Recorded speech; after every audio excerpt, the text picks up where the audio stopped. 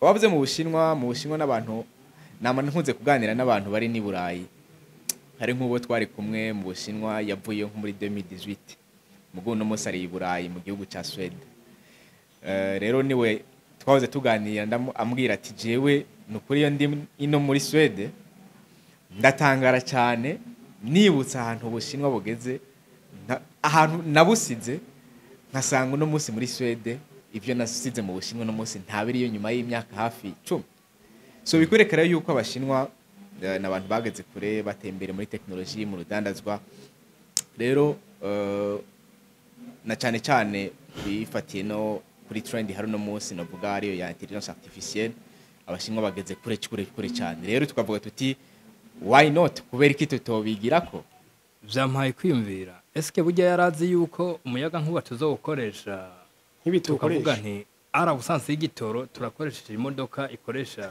igitoro gusa hari umuntu yigeze kumbaza ati muri iyi myaka 10 iza ni yihe business umuntu yokora uyu munsi muri iyi myaka 10 akazoba arumwiza tunga muri iyi myaka 10 tugiye kwinje no some 2025 nova 2035 uvuga 2035 akazoba arumwiza tunga kumenya Zatumye niyumvira ndavuga nti ni ibintu bibiri gusa yokora no mustuvuza intelligence artificielle wumve yuko ni wa muntu afise ubumenyi kubijanye n'uburimi ushobora kuvuga uti jewe ndabona ibiharage byanje bifise biriko birategwa n'ingwara mu murima bifise ikibazo kiniki le simple fait gufata telefone ugafotora ukabwira intelligence artificielle ati nateye ibiharage biragwaye none ndabira iyi ngwara ni nyabaki hamumbwire n'ukuntu no kizi ibiharage byanje ako nakaroro kamwe muri usage ya artificial intelligence birashoboka erega ivyo birafite ni isano na cagiye wari gufata telefone yawe ugafotora ukereka umuntu mugabo muri ico gihe intelligence era pour supprimer l'homme nibutse neza site web twayikoze mu minota itarenga 5 cyangwa 3 ego site web ari site web ngiye tuza ubwo abantu no munsi muhaye commande n'ukwezi guhera none iyo bavuze AI canke intelligence artificielle wombiki ni ibiro turiko turavuga ashaka ko donc mu binjana bya 17 nta mafaranga yarahari nga business zarakogwa ahubwo n'imbere ya Jeze hose business zazihari sinzi akantu nigeze kumva wana ko igitabo ca Bibiliya catwandikiye burya ibyo twokwigira ko gusa ariko ajya Salomo yarakoze business ku rugero runini mugabo urabona ko batavyibandako nta mafaranga yarahari gatoya meme na mu nyigisho mfise muri iyi conference hariho titre yerekana ukuntu abantu bazi kubaka inzira z'amafaranga mugabo batazi kubaka inzira z'ubutunzi kugira amafaranga no kugira ubutunzi n'ibintu bibiri bitandukanye wait muri conference kajya kabijya abantu bafise ibyo ariko barakora ya migambi bariko barakora bamaze gushira na application mugabo babaye bloqué ahantu aha canke hariya karibu migambi yabo izo presenter kandi irashobora no kugira ante kuba finance donc muvuze ko iba finance kiba finance n'abandi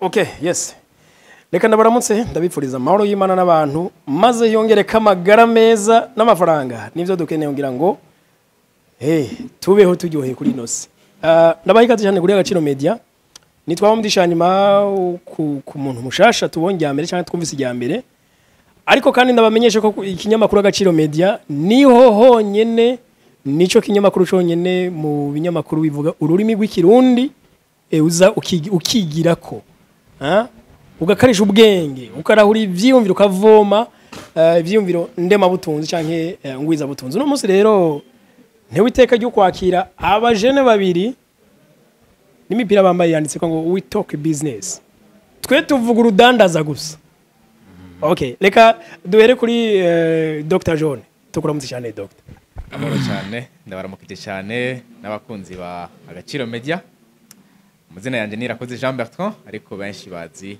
Dr John kubera ki Dr John Dr John kubera hari umuntu kuntu ababayeho aba yanspira abantu guhindura kungene bahora biyumvira bagapfa kuri bino byiyumviro bakaja ku bindi.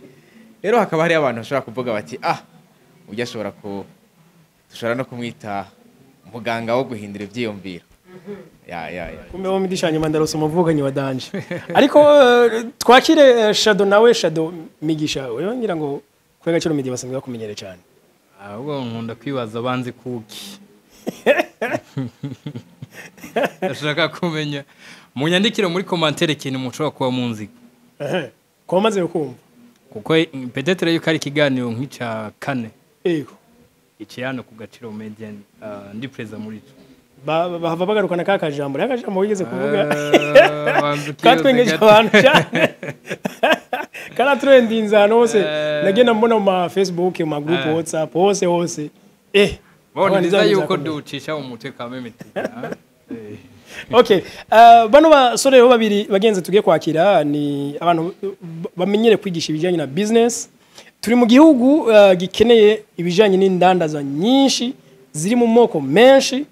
Iyo abantu bariko baravuga ko Burundi ari pays inexploité mu bisata byinshi ni ibintu benshi badatahura.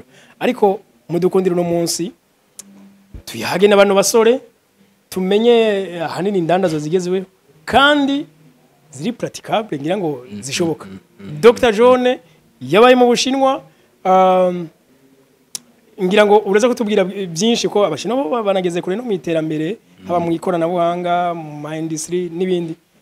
Ariko bugi ikoranabuhanga cange sinzi ubuhinga bwo kuri internet ko ushobora kubufatanya ga John n'ubu buzima bwa minsi yose tubamwo bikadufasha gutera imbere. Okay.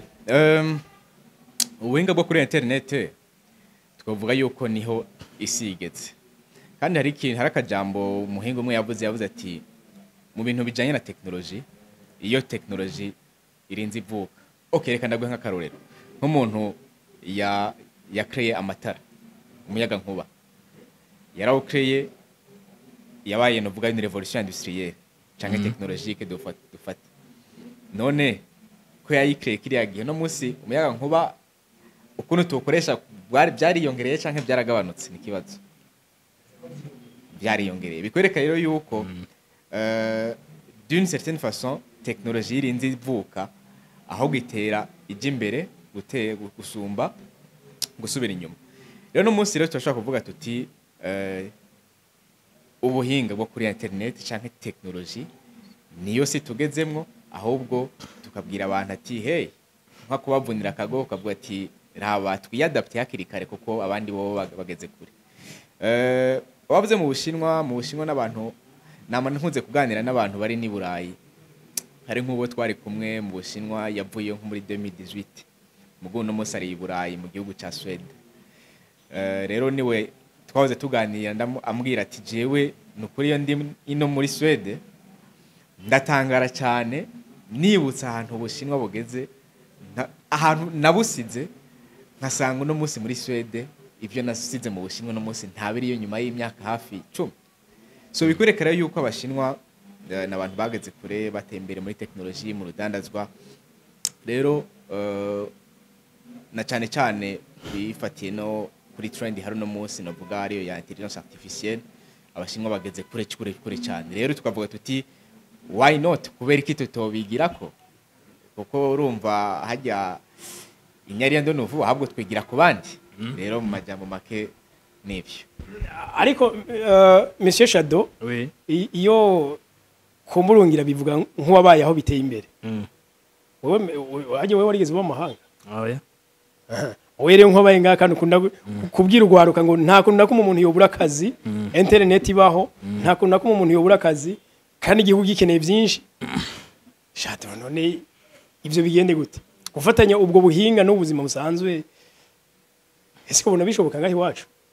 Boje nibaza yuko bishoboka cyane. Hari ikintu avuga nti uweraboye donc amatara vyampaye kwiyumvira eske burya yarazi yuko umuyaga nkuba tuzokoresha nk'ibitukoresha nti arabusanse y'igitoro turakoresheje imodoka ikoresha igitoro gusa. Hari umuntu yigeze kumbaza ati muri iyi myaka 10 iza ni yihe business umuntu yokora uyu munsi muri iyi myaka 10 akazoba arumuza tunga muri iyi myaka 10 tugiye kwinjira nous sommes 2025 Nova kuvuga 2035 2035 azoba ari umugwiza atunga kumenya byatumye niyumvira ndavuga nti n'ibintu bibiri gusa yokora icya mbere azanye kudandaza imodoka electrique icya kabiri akaba yarazanye ajyama donc uku kuntu zinwa ujya mu yaga nkuba donc hakaba ama station de charge ego ama station yazo donc est-ce que uyu muntu yoreka kuba yateye imbere muri iyo myaka 10 ko muri uri kuvuga ibintu birebire ngira bitahuye na mikoro y'abarundi bamwe ayambo yo mvuga ndavuga iby'abantu navuga ntibafisa mikoro make n'iby'abafisa mikoro maremare navyo sinshobora kubisiga inyuma ico ni kimwe rero mu byo nagerageje kuraba nkabona ati uwo visiona iki kintu yoshobora gutera imbere kubera ibindi bihugu byaradutanzeyo kandi twebwe keshi ujya dukora iby'ibindi bihugu byamaze gukora ico rero ko ari kimwe mu bintu bitarakorwa mu Burundi ni kimwe mu by'umuntu yokora akaza yatembere muri 2035 bon ico ni kimwe ikindi naco le monde évolue le monde évolue uyu munsi murahura n'umuntu akakubwira nti je nace doctor muga ku kibuga c'indege atahaze byose sai passer sur internet yarize kuri kaminuza ya mbere ikomeye yo mu Bwongereza mugabo byose yavyigiye donc yakoresheje internet donc avec uyu munsi monde y'uyu munsi yo avec intelligence artificielle ibintu yaje ivyorosha do plus cyane bavuga nti umuzo wa telefone waje worosha ibintu kuko abantu barashobora kwiga gukora ibi nibi biki bari umwari à l'extérieur par rapport mugabo avec rero intelligence artificielle nayo yaje ivyorosha gusumba uko byari byorosha donc rero monde nguma mbona mengo hari ukuntu itera novuga nti yoroha par rapport bikaca bituma rero bisaba yuko umuntu yiga cyane akamenya yuko ivyo bintu byabaye reka ndaguhakaroro gato ariko nkubu ibyo nyene muri kumnavuga by'ama intelligence artificielle ni kimwe no munsi bashaka mu bintu bigezweho tuna nk'ugwego mpuzamakungu bihabwa n'ikibanza no muri za guverinema bagashiraho n'ama department avyigisha yego dufate ko ngaho iwacu bitaragera ariko ubu nibisaba ubuhinga bw'ikirenga ku buryo uzosanga hatwe twiza hanaka bice bitunarira Dr sinzi ko ari ego enda guha karorero kugira abantu bashobore gutahura byoroshe intelligence artificielle niki je wenda nabisimplifie mbere na definition mu kuvuga yuko intelligence artificielle ni wa muntu ndamufata nk'umuntu wa muntu afise ubumenyi bwose bubaho ushobora kumusaba ati mbwira information ijanye n'iki kintu akayiguha kandi mu mwanya muto cyane no mustuvuza intelligence artificielle wumve yuko ni wa muntu afise ubumenyi kubijanye n'uburimi ushobora kuvuga uti jewe ndabona ibiharage byanje bifise biriko birategwa n'ingwara mu murima bifise ikibazo kiniki le simple fait gufata telefone ugafotora ukabwira intelligence artificielle ati nateye ibiharage biragwaye none ndabira iyi ngwara ni nyabaki hamumbwire n'ukuntu no kizi ibiharage byanje ako nakaroro kamwe muri usage ya artificial intelligence birashoboka erega ivyo birafite n'isano na cagiye wari gufata telefone yawe ugafotora ukereka umuntu muga muri ico gihe intelligence era pour supprimer l'homme c'est presque supprimer l'homme bivuze ko nkokora kore umutanze ko wa muhinga yero muhinga mu by'uburimyi no mwatsa akazi tayari totalement oui okay hari undi muhinga nkunze gukurikirana cyane akunze kuvuga ku bya intelligence artificielle iri adapte kuri business niyo yavuze ati mu majambo make AI canke intelligence artificielle ntije gusuprima ubuzi ahubwo ije kwaka ubuzi babandi batazoyikoresha sinzi ko ico kintu cyumva ariko wa muntu azomenya kuyikoresha kuyadapta mu byakora bihonya akazi kiwe reka tuvuge yuko kari safe pour que période on sait pas mugabo we urumva arashaka ingwe so twumve rero yuko ni ikintu abantu bakwiye kwijukira c'est vrai abantu ntibarabitahura ntibamenya niyo bija n'amakampani niyo nyine ubwayo usanga batazi niyo bitaye umutwe gusa abantu bumve yuko ushobora kuyifashisha ukayibaza ibyo bibazo byose ufise canke ukayikoresha mu yindi mirimo yawe yeah. Bon, ariko uyu munsi ndako ko mbona mwe mu bitahura kandi tukaba dufise ugwaruka rwinshi harimo no gwize washaka rujijuse rutahura ibintu muga benshi badafite akazi niyo intelligence artificielle ko washaka nk'abo benshi ndiko ndavuga ni n'abafite amatelefone na kino kigano bashobora kukiraba ariko yashobora kubafasha donc ikabafasha kwinagura no kwikura mu bukene. Okay. Ubuze uti hari benshi badafite akazi. Tudaboro turakwiye kwanza kudefinisa akazi cyarico. Certes abantu barashobora kumva ati akazi na hantu itonda bikagenda gutya na gutya. Gusa ariko akazi je ndabifata nk'ikintu ushobora gukora kikakwinjiriza ikintu. So rero no musi kuri intelligence artificielle avec internet ni ibintu byoroshye cyane. Dutanga uburorero. Okay, nk'ubu turavuga tuti YouTube chaîne YouTube ni imwe mu business umuntu ashobora gukora byoroshye. Ariko hari abarundi benshi bashaka n'ubu batarizere ko uri mu Burundi ushaka kwinjiza amafaranga. Icyo ni kibazo. Atudashobora kwinjiza amafaranga ukoresheje iki? Icyo ni kibazo gikomeye cyane. Ariko niyo mpamvu twabaye kugira tubibamenyeshe. So rero wumve yuko no munsi urashobora kuza kuri wifashije AI kayibwira uti ugakora video cyo ni cyambere ugakora umuntu no vuga une personnalité AI ukamushira muri ya video yawe nijwi ukarikora ya AI hamuga posta video kuri YouTube. Uno munsi dufise amashene menshi cyane kuri YouTube atari abantu ba vrai bagaragara ahubwo ari abantu bama AI kandi ugasanga ziranabinjiriza ugasanga zirafise follower base maziduga ako rero ni kamwe mu buzi ushobora gukoresha wifashishije AI. Hari n'ubundi bwinshi cyane unashobora kwifashisha akoresha AI. Voilà.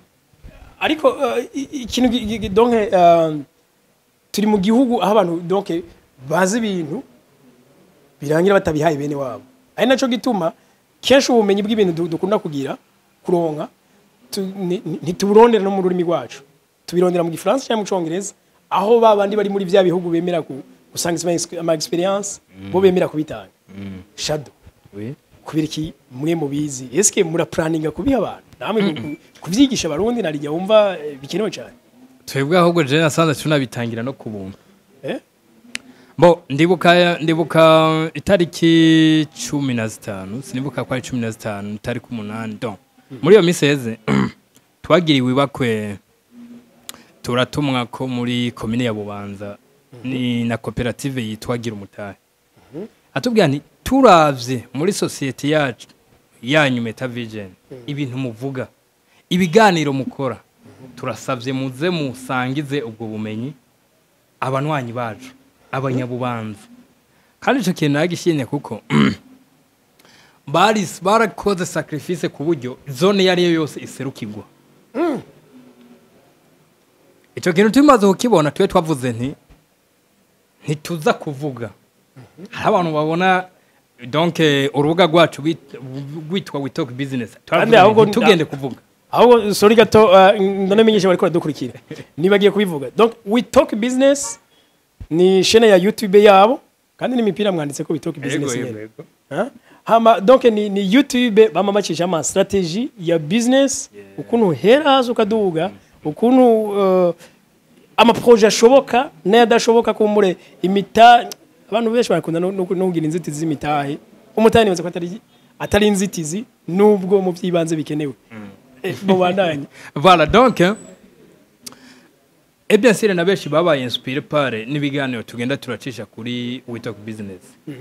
Donc ico gihe ibubanza twe twavuze ntabwo ntituvuge tuvuge tunakora babibone en pratique ntidu pratique twebwe ahubwo nyene abashoboye kugira presence bo ba pratique babone ba pratique mwababwira bagira iki intelligence artificielle ibintu ba practice ni bibiri ijambe ni gute gukora site web utayikorewe n'umuntu habo wewe telefone yawe n'amamega ugakora site web yawe canke ikindi kintu canke umuntu aguhaye ivyo rero si kuvuga ngo twarabikoze ahubwo bo barabikoze abari bari ngaho icya kabiri umuntu ashobora kuvuga naka yagize mariage naka yagize iki reka ndamubwira akaririmbo ivyo byose ntitwabivuze bo barabikoze bonyene donc twarabipratice donc niyo mpamvu burya iyo umuntu avuze ego sinamuciremwo ariko nibutse neza site web twayikoze mu minota itarenga 5 cyangwa 3 ego site web ari site web mugiye tuza ubwo abantu no munsi muhaye commande n'ukwezi guhera none iyo bavuze AI canke intelligence artificielle wombiki ni ibiro turiko turavuga ashaka ko wandanye donc erega bon ni cyaki navuga jewe nimba mbonye umurima wanje umeze nkuko nka fotora cyangenda kumurondera cenka murungikira iyo foto ntari bumuronke mugabo intelligence artificielle iri ngaho muri telefone yiwanje n'amamega ndafotoye cya kintu ndayihaye irambwiye ibyo nokora cyangwa par exemple ndashobora kuvuga nti jewe maze iminsi mfungura ukunuku ni maze iminsi njyamye none jewe wewe comme intelligence artificielle ko numva meze ukunuku unkonse yiki ivyo nari kubibwira umuganga nari kubibwira umudokiteri nkamuha n'amafaranga mugaye yicimbye ati okay kora ibi nibi fata fungura ibi nibi kugira ushobore kumva yukuri yareze uziko nguciriyemo gatoya sinzi umunsi nayi ntashe narushe vraiment ndumva ko c'est stress zifadika naje nabigize nkuko naranditse ndabibya nti mfise stress uwo mpandura ngira ikizihere cyatangurira ambaza ngo urakunda ngubuhe bwoko bw'indirimbo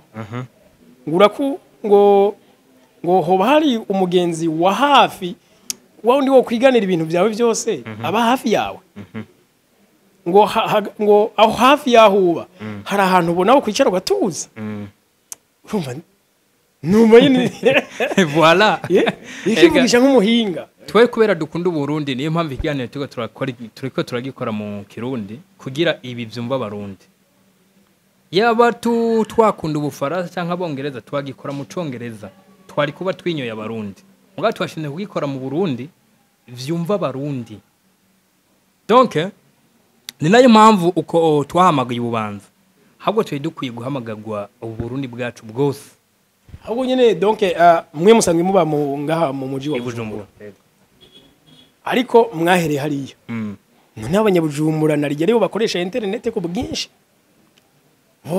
naco mubategurira nta mugambo hari ibujumbura ntibwo bari n'ubwa mbere tunabikoze cyane tubivuze kuko ndibuka 2024 December 28 twateguye conference iyo conference mbere niyo conference ya mbere hagaragarayemo umwana w'imyaka 11 akoresha intelligence artificielle umwana w'imyaka 11 akoresha intelligence artificielle donc rero ntitwavuze ngo tugiye kuvyereka abanyabubanza tutahereye ibujumbura oya twahereye ibujumbura kandi n'ubu turabandanya mbere yaho twavuze nti reka ahubwo dukore ikintu kizoza kiragaruka buri umwaka gihugura abantu sikuvuga ngo wazowara ibujumbura gusa no kuko twe turipfuza yuko tuzokora conference hamwe tuvuga nti hari imodoka iri kiradeplace abantu bavuye iruyigi bavuye mu Kirundi mu Yinga bose baje Bujumbura canke tugahurira au centre du pays pour la conférence y'ukuraba ingene umuntu ari kariteza imbere ingene abandi bateye imbere kugira abandi babonera ama reference mugangira ko mvuga quand même ukaba ushobora kugira ingufu zo gutunga telefone n'amamega gerageza iyo telefone yitunge rimwe igutunge kabiri quand même subiramo kantu neza be navuze ni ukaba ushobora kuboronka umutahe wo kuronka telefone n'amamega buri munsi gerageza iyo telefone uyitunge rimwe mugabo igutunge kabiri gute none bo muri bibiri y'abaravuga abana barakeri bayuko ari abantu bari abana bari bazingamye kandi bazingama taco babura urumva ngene uwo mwana bateye agahinda none natwe tugume duhereza amafaranga muri telefone durushaje amamega n'amanuzenya ataci duhereza dukwiye kugira ico tuyiha kandi nayo ikagira iki duhaye telefone tuyitunge kandi nayo idutunge reka ndaguha akarorero kuko iyo turiko turavuga abantu ati telefone kugutunga hari abantu bashobora kuvyumva bakumva ati ibyo ni bya ntumbatse bakumva nyene ni ibintu bidafashe ariko no munsi reka dutanga akarero kari très clair uno munsi urashobora kuba uri umuntu akora imiziki ama instrumental ugashobora kuja kuri internet ku ma plateforme ari très bien spécifique hamukaronka aba client baje barondera ya miziki kuvuga bantu bakuri bahinyanyura imiziki abaririmbyi bagenda bagana barashobora kwifashisha ubwo buryo ko nakarero kambere akarero ka kabiri ushobora kuvuga uti jewe ndazi ibintu byo kugira graphic design ndazi gucapa utuntu tw'udufoto guhinyanyura amafoto ushobora kuja kuri internet ukadandaza iyo mpano yawe ukayitanga nka service ushobora kuvuga uti jewe ndazi ndashobora guprograma canke ibindi bintu byose bivana okay tuvuze telefone kugutunga imbere yo kubaza uti jewe ni gute telefone yo ntunga tangura wibaza uti ni igiki nshoboye kuko hari abantu baza bavuga ati jewe nkeneye yuko gukora ibintu kuri internet none ngo nkora iki ahubwo ikibazo ca mbere wo kwibaza ati ni igiki nshoboye ni ihe taramfise nabo iyo tara cyangwa icyo ashoboye irashobora kuba kitari kidahura ndakubwije ukuri icyo wowe ushoboye cyose kuri internet urashobora kujako ukakidandaza nk'impano canke nka service abantu bakayikugurira nta kintu novuga reka tubifate gutyo nyene talent yawe uyizi ukaza kuri internet is very very easy okay sinzi ko Shadow nobana yagize kukubwira hari umujene ngaha yiga mu mwaka wa 12 nzinjiza ibihumbi 7 vy'amadolari akoresha AI no to YouTube tubiri dushene tubiri twa YouTube ariko najwe ndigiwe na rimwe nta nuzi cyakora kuko nta navya bindi bavuga ngo ndatora link ndayiposting ne kuri stat nta nakimwe agira atabikubwiye nta nakimumenya okay ivyo birashoboka cyane kuko jewe ndibuka YouTube ya mbere nayikoze mu mwaka wa 2020 iyo YouTube mu mezi 2 canke 3 narengeze kuri 500 abone zero nahereye kuri zero nta muntu numwe nayibwiye nta n'umuntu nagiye ngo mu bagenzi ngo subscribe oya yo nyene yari kujije kandi kuri YouTube ikintu nakora navugira inyuma ya kamera bien sûr gusa sinagaragara gusa nkashobora kumanya ama udufoto canke partage d'écran gutyo so rero wumve yuko nuyonye ntibitangaje ni ibintu bishoboka cyane ariko ivyo faranga yinjiza ibihumbi $2 umwana yiga muri secondaire hari ndakunda gukoresha Bible hari ahantu havuga ngo ivyahishijwe abanyabwenge bishurirwa abaswa no kuvuga abantu atakintu bazi bo barabimenye arabusanse yabita incabwenge yuko donc abatuze kubimenya ko batabimenye nta kundi reka bituru ubundi muntu niwe yavuze ati iyo umuntu atabona so kuvuga yuko na donc na mind yiwe icereka kubona arashobora kuvuga nti umuntu yacenga mu gatondo iyi ntambuko y'umuntu yacenga mu gatondo ni naka namwumvise numwe yansigira bitanu physique mo ntabona mugabo hari harabona donc mbe urazi yuko uyu munsi umuntu atabona dafise ukuguru ashobora gukurikirana n'abantu beshi kuri izo mbuga usumba umuntu afise amaguru byose abona cyane ahubwo hoho niko bimeze ariko rero ngahe Bujumbura none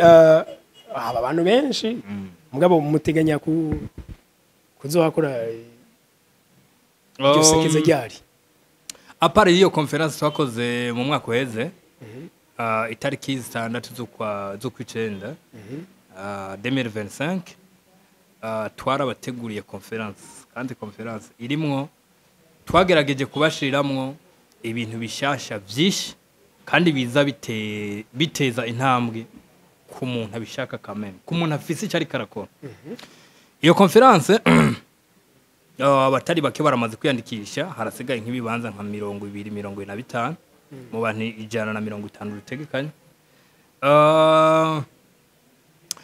twarashizeho yuko hazoba presentation y'amaproje apana proje uzije kuvuga ku munwa ahubwo proje uri kurakora muguri kuravuga nti komengo ndabuzi cepfo na ruguru nashaka yuko iba develope kuri urugero mugabo birasi kandi no muri Meta Vision mwarigeze kuvuga yuko umuntu afite abuze projet mugabo afite imitahe abegere nawe nyene umugambi turawutanga imigambi turayitanga muri Meta Vision kandi gratuitement donc ariko bugiye muvuze ngo gratuitement ko umengo donc ibintu biri ku buntu kandi ari by'amafaranga aya mugabo gusa ndakeneye umuntu yovuga muri commentaire ati je narashitse ku kigo ca Meta Vision baransa amafaranga mu kunyakira wazi turagira consultance turakosorera imigambi abantu kuko reka nakubwira ikintu cyatumye iki kintu cyo gukosora imigambi tugishiraho turi mu gihugu cy'u Burundi aho ushobora gusanga umuntu afata 1 miliyari cyangwa 2 miliyari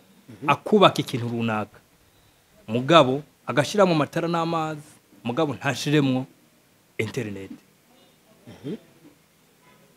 akosa kamara amazi kandi abantu bose bazokote aho hantu bazo bafite telefone wacuza gusigura yuko wabuze miliyoni 5 canke 10 zo gushiramwo internet imeze neza niyo mpamvu rero twavuze nti nimba utweretse nk'ahantu ushaka nko kubaka twe tukubakira nta n'amafaranga tugusaba mugabo turakugira inama ni gute iyo tugiye gupanga hano turabaza ati hariho amatara n'amazi ego mugabo twebwe uyu munsi turanabaza iti hariho internet kuko turafite telefone ibyo dukora byose nabo ni telefone sivyo kubera pourquoi pas donc manque ya internet niyo mpamvu rero twashize icyo gisata cya consultance ni iki kintu ugira ugikore ni iki kintu cyakabijya cyozotuma abantu bahurumbira iki gikorwa cyawe ahantu hawe nivyo rero hari n'umuntu avuga nti ndashize amazi mugaracikagurika shiraho amazi ya forage kamwe donc utwo tuntu tutubijya nitwo twavuze nti reka dushiraho iki gisata cya consultance uzanye projet abantu barabagana none ku bwinshi uyu baratugana ku bwinshi twe twatanguye December 2024 ariko kugeza ubu ni bon kubera publicité turavuga aho dukorera mugabo ubeshi baramaze kwamenya avec urubuga rwa We Talk Business tugenda turavuga ivyo dukora naho dukorera uyu munsi byaroshe cyane yego muvuze donc yuko ahi Bujumbura mu sigaje abantu nyimba 25 yego none ubu hoca haza amajana 250 Eske ni mvuma mucamo bakorera intuzi gira kabiri ndazi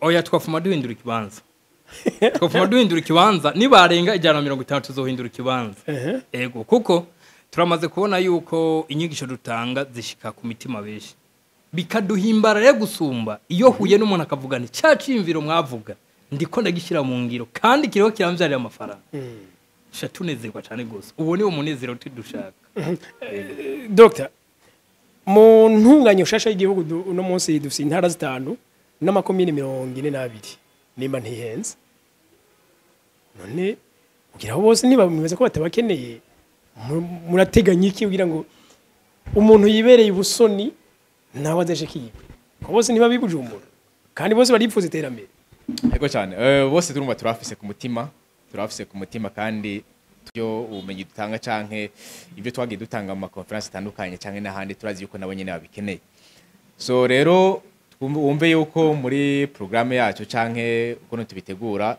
turategura kuja mu ntara zitandukanye zose kandi no mu makomine menshi ashoboka ibyo rero turabiteganya kenshi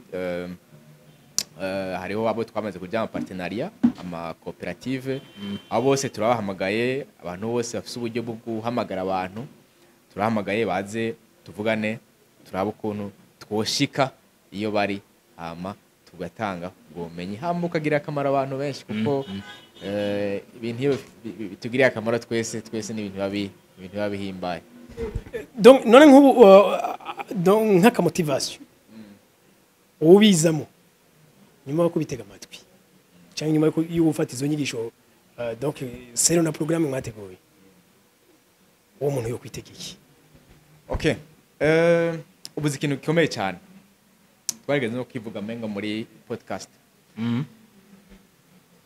burya motivation ya mbere umuntu aba akwiye kugira ni iyihe niyo uhindura ubuzima wenye muvuga uti jewe ubuzima bwanje ni sawa birankweye c'est bon urumva wowe sinzi ko ndakekeranya ko ata motivation bukeneye muga mu gihe uvuga uti jewe ubuzima ndimwo ntibunkwiye, iyo niyo ikwiye kuba motivation yawe ya mbere yo kuvuga uti okay nyimba butankwiye ni ikihe kindi kintu no kwiga coza kungirira akamaro.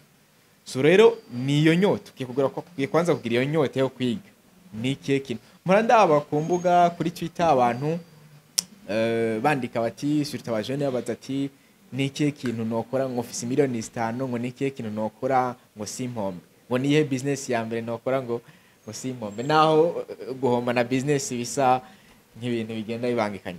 Gusa urumva ni ba bantu benshi usanga atawumenyi bafise kuri iki canke kiriya. So rero kaze nubwo bumenyi tuguha, hama naho asa nk'ubutabi noganje neza ku kijanye na conference ya Lucis kajya kabijya abantu bafise ibyo ariko barakora, ya migambi ariko barakora bamaze gushira na application mugabo babaye bloqué ahantu aha canke hariya, karibu migambi yabo izo bapresenter kandi irashobora no kugira ante kuba finance.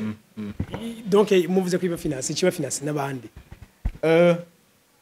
turafise abo twagiye en partenariat ama cooperative, rero nabo nyene barumvise umugambi wacu, barumvise ibikorwa byacu kandi nabo barifuza yuko abantu bogira ante bohinduka.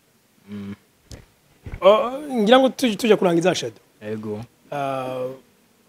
Uyu munsi donc nibaze ko abantu bariko bamenyera byo mukora cyane cyane no guhugura abantu birimo mu bijanye na business. Muravye aho mwatanguriye naho mugeze. Ubona gute? Resultat ingana gute? Nk'uko kubwira ati wewe ihamanota. Unamubwiye ingana gute? Jewe no kwiha 80% par rapport na planification d'office. Kuko jewe ndibuka yuko ubwa mbere narabivuze no kuri Agaciro Media turafise umugambi wo gukora ama conference mu makaminuza, ico gihe nico navuze. Uyu munsi twarahagiye Bubanza kandi rero impamvu nivuze yuko navugishijwe Ibubanza je nta ruhara nabigizemo ngo baduhamagare, bo baraturondeye hanyuma turagenda.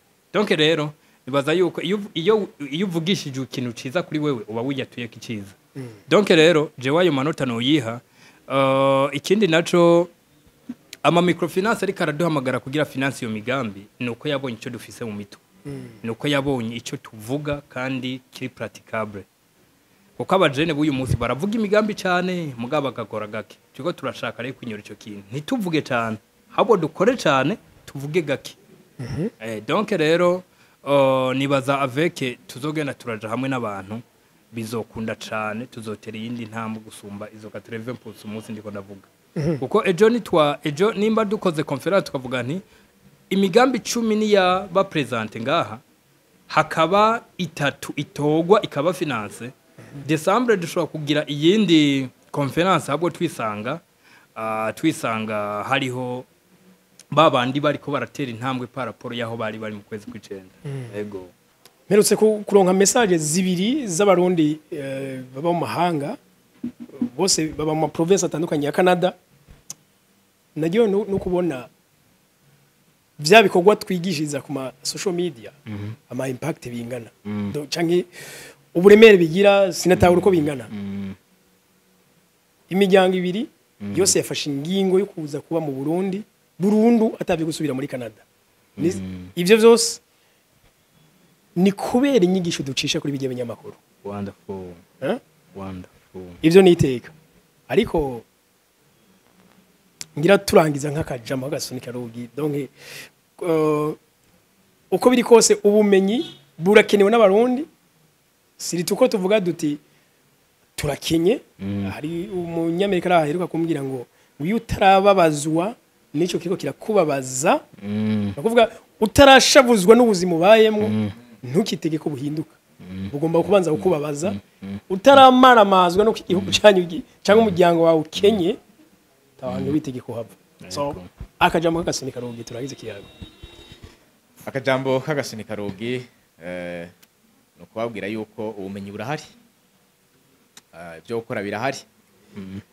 Nka kumwe kubemera Bibiliya hari ahantu bavuga ngo ivyimburwa ni byinshi ariko ngo abakozi ni bake. So rero wumve yuko ibyo gukora kuri internet birahari, niyo si tugezemwo no musura kugira akazi, hari byinshi byo gukora no gushaka ubwomenyi. Rero ubwomenyi karibu kuri chaîne yacu turawutanga, eka naho dukorera turawutanga, kandi turawakunda cyane. Tunabaye n'ikaze kuri conference le 6 septembre 2025. Alright. Merci beaucoup. Shadow, Yego. rangiza abantu ubaremesha. Abantu cyane bafise inyota n'inzara by'ubumenyi bubaganisha ku mafaranga. Biture Metavision na We Talk Business. Hari jambo abantu bakunze kuvuga ngo eske hariho business umuntu yokora atamafaranga. Haremesha ikizo business zihari kubera amafaranga atarabaho business zarakogwa. Business n'amafaranga hatangiye kuba hiki. Hatanguye kubaho business. Okay. Kandi koko. Donc mu binjana bya 17 nta mafaranga yarahari. Nga business zarakogwa. Ahubwo n'imbere ya Jezi hose business zazihari.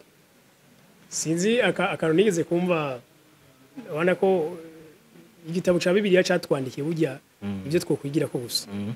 Ariko ajya Salomo yarakoze business ku rugero runini. Mugabo urabona ko batavyibandako. Nta mafaranga yarahari. Gatoya.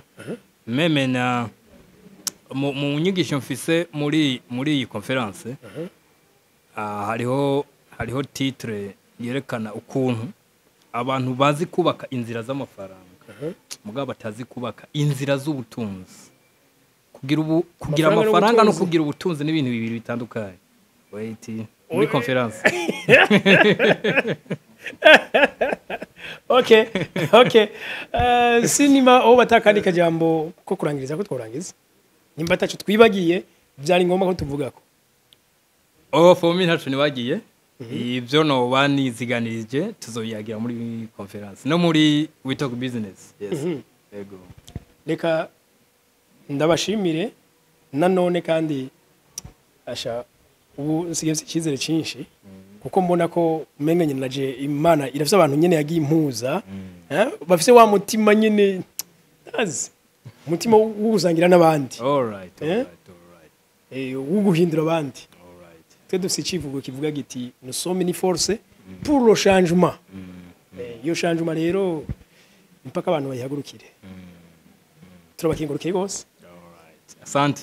Okay, nuko reka namwe tubashimire mwafashe umwanya mudukurikira kino kigano mu gisangiza abandi bagenzi mwiyaboneshe dukeneye gukwira umuryango w'abarundi barenga ibihumbi 100 ku rubuga rwa YouTube rwa Gaciro Media. Mutibagiye ko na We Talk Business dahari ndaza gushira link yayo muri commentaire ya mbere iyaboneshe tuyiduze kuko batanga ubumenyi bagenzi. Rero naho utaha bye bye.